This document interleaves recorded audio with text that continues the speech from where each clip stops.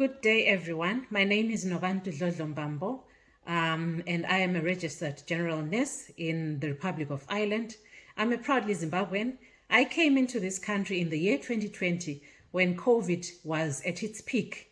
It was a very hard decision to make because I had to leave my family behind and come to a foreign country which I was not sure of what I was going to encounter.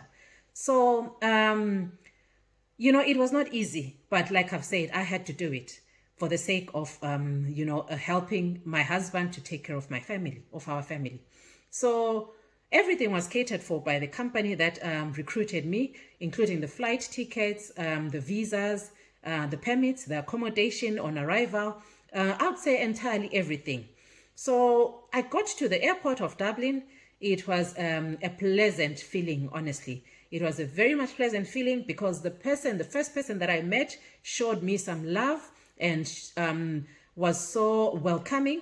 And that's when I really felt that, yes, I had just relocated to my second home.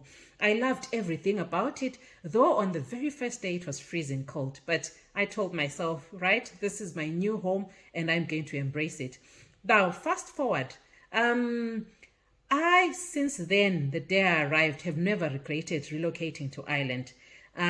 This has, I think, been the place of my dreams, where when I was growing up, I used to say I want to, live in the diaspora. This has been the place of my dreams. I've never regretted any move. And just 6 months after relocation, I applied for my family to join me. It was not very difficult, though it was during the COVID time. So there were a bit of hitches here and there because there was a limited movement. But they finally joined me, and I was so excited to reunite with my children and my husband. Right, so fast forward, ever since I relocated, I have enjoyed every minute of being here. The people are so friendly. They are so loving. They are so accommodating. And I can never feel that I'm in a foreign place.